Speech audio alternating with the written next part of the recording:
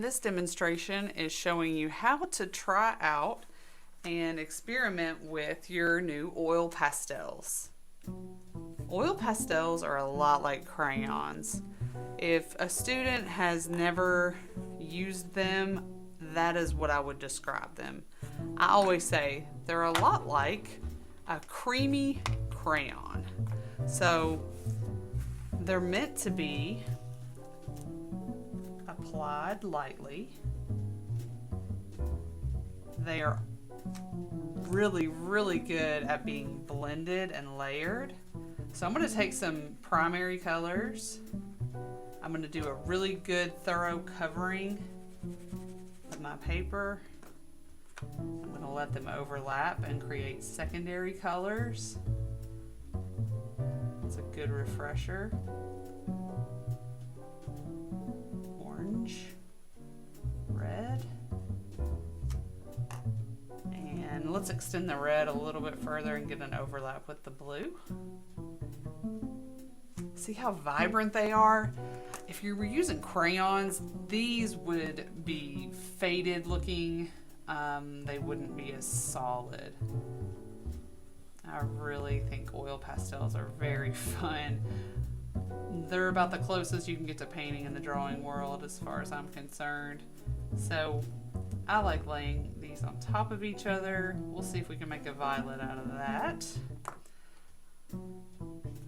What is really neat about these is you can use your fingers to blend. You can see that I've used my finger to blend and try these out, see how they're working, and they blend really well. Nice smooth coverage. If no one knew the media you used for these, they would probably guess that you painted. So I'm just kind of going an upward downward motion right here. Get a little more yellow here at the end just to make that nice and clean. You can see I have a paper towel handy. I'm rubbing off my finger. I don't want to get my colors mixed unless I really am doing it on purpose. I don't want to do it accidentally. So I would say just do a nice little color spectrum using your primaries just to get a handle on things. So that is with primaries that overlap, using my finger, just a really nice way to experiment with this media. I think that you're really going to like it. And then in the next segment, I want to do a little more rigorous experiment and do a shaded sphere. Okay, if you're done playing around with your oil pastels over here and you see how they lay down on your paper and how they behave, then you're ready to do something a little more complicated. I'm just going to trace a circular object. I have a roll of Scotch tape that I think is going to make a good circle for me. I am going to use a pencil to trace this. I don't want to stress about drawing a perfect circle because I'm doing well to talk and draw at the same time as it is. So make things a little easier on yourself. I do have a reference. That's going to help me a lot. And if you're a beginner, I think a reference is a good thing to have, because unless you're just doing some freestyle art or just playing around, you're most likely going to have an image you want it to look like. So for me, doing a little rough run through of a sphere is going to be good practice. So what I have to think about is what color I'm going to make this, where my highlights are. I think most of them are going to be right here on the right side. Then they fade slowly, we have some soft edges, and then this crescent moon shape where the top part is really dark and the bottom part is getting a lot of reflected light off this surface. Then we have our cast shadow that connects and a dark to light background. So be sure any artist who is good at drawing from a reference is going to study this first before they jump in. if you have some varieties of oil pastels and you want to keep this all monochromatic, that's what I'm gonna encourage today. I'm gonna pick some blues. I'm gonna have a white. If it's dirty from the previous use, you're free to clean that off before you start using it. If not, a little flake of another color is gonna get in there and it could frustrate you if you have that happen. There are ways to avoid that, like cleaning it, but there's also ways to kind of scrape that off your drawing if it accidentally happens. So don't panic if it does. There's ways around it. So I have 4 pastels from dark to a medium to a light that I'm going to use. I wonder if I could use this too. I could probably throw one more in there. So just depending on the pastel set that you have. You could do this with a blue and a white and it would work fine. Just know that you're not going to switch pastels quite as much.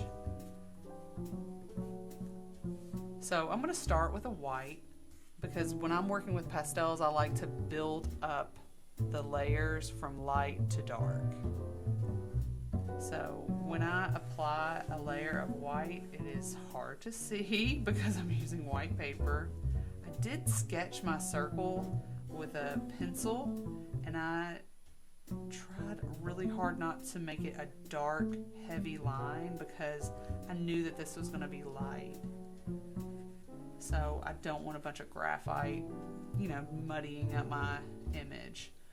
So as you saw over here, I layer and I overlap my colors so that when one ends and another begins, it's a soft edge. So if I want a soft edge, I'm going to extend my white from the highlight slightly and I'm going to overlap it with the next color. So I already have a layer of white.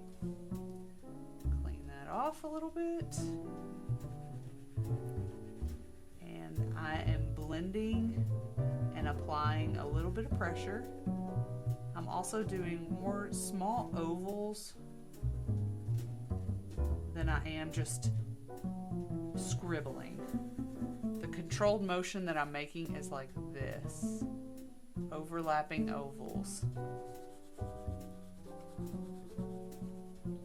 There's a lot I'm going to do with blending, but I can save myself a lot of work if I just apply it correctly.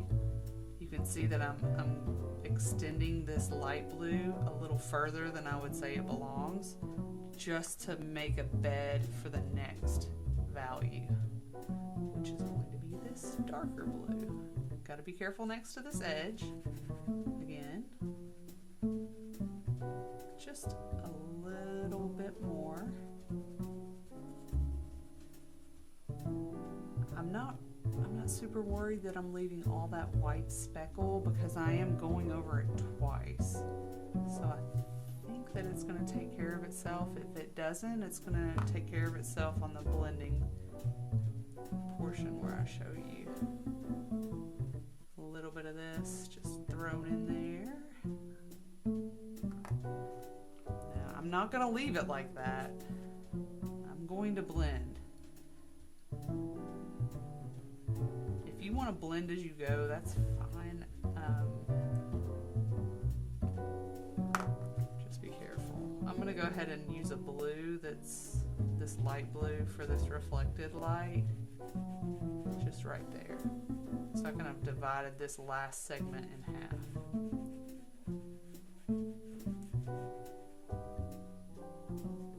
The next step that I'm going to do will be to blend with Terpenoid. So this liquid that I have right here is not water. It's odorless Terpenoid, and a little bit goes a long way. I have an acrylic brush. It's pretty stiff. I don't want to use a watercolor brush. They're too floppy. So I'm going to dip about a corner of this into the terp. You can see there's a little bit there. If you think you got too much, just tap it on your paper towel and drain some of it off. My brush is clean, just has a little bit of that terp in it. And I'm going to kind of pet the surface that blends it for me. If I were to blend this direction, I would get a dark value into my white. I don't want to do that. I want to keep almost like dragging my brush in a rocking motion, down and back up. I'm keeping that crescent moon shape in mind as I blend. Alright, it looks like I'm running out of terp. It's getting harder to blend and it's wanting to look like a dry brush technique. To keep the terp clean, which is important, I'm going to try to get most of the pastel off of my bristles before I go back for more. And then that's a great way to keep your terp really clean. Starting at the top, I'm pulling it downward, mainly because it's comfortable. It's a comfortable motion. It does leave me with quite a bit of dark down here. But I'm okay with that. Cleaning off my brush a little bit.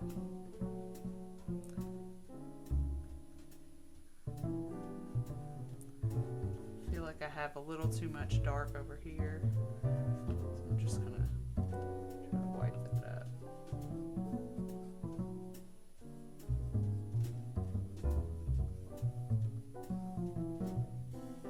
Alright, push that upward. Cast shadow would be my darkest blue.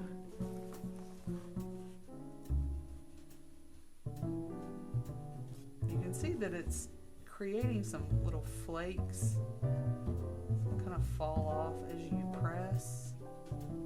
It's not a big deal. Just be careful as you work in there. As you use your darker, like I see this one right here, that could be a problem. So you want to make sure all of those areas are getting smashed down. Sometimes I'll just smash them down and use that material. And then I'll go back with my brush and my terp and give it one more kind of go around. I think I'm just going to go to black and go ahead and come over here, turn around my hand a little bit. I'm going to just get really close to that edge. I'm going to try not to lose my shape. I worked hard to just trace it. I don't want to lose it now. So be careful going around this edge. Definitely start really close and then fan your way outwards so that you can keep that nice shape that you established. I'm not going to go out to the edge of the paper. There's really no sense in that. Just creating a little environment around your shape, I think, is sufficient. If you go out to here, there's no clean place to hold on to, and you're just wasting material because this is practice. We're just getting to know this material, so we don't really have to sink a lot of time, energy, resources into filling up the paper for no reason. I'm just putting some blue on here just to fill some of these gaps. Maybe not make that black so harsh. Then I'm gonna need to lighten the color here. Kind of the background. And maybe a little bit here. I didn't put my light down first there, but I'm not overlapping them a ton.